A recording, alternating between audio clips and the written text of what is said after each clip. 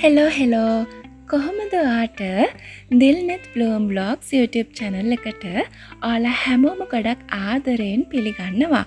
ඉතින් මගේ මංගල මල් පැකේජ් එක මම ඔයාලට ලබා දෙන්න තමයි මේ ලෑස්ති කරලා තියෙන්නේ. ඉතින් ඉස්සෙල්ලාම hot lip වර්ගයට අයිති මේ seed plant එක ඔයාලට මේ පැකේජ් එකේදී ගන්න පුළුවන්. ඉතින් පේනවනේ මූල පද්ධතිය මොන වගේද?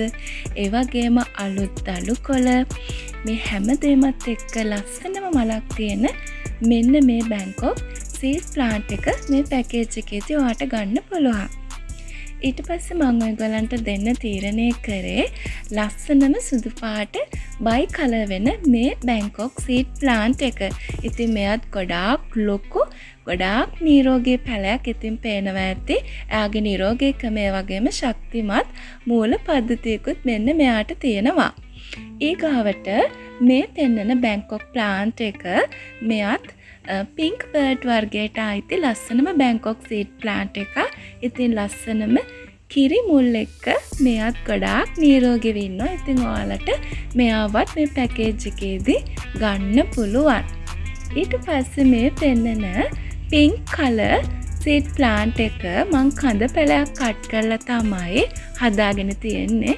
ඉතින් බලන්න කඳ පැලයක් කට් කරා වුණත් මෙයාගේ ලස්සනට ගොඩක් නිරෝගීව කොළ ඇවිත් තියෙන විදිහ.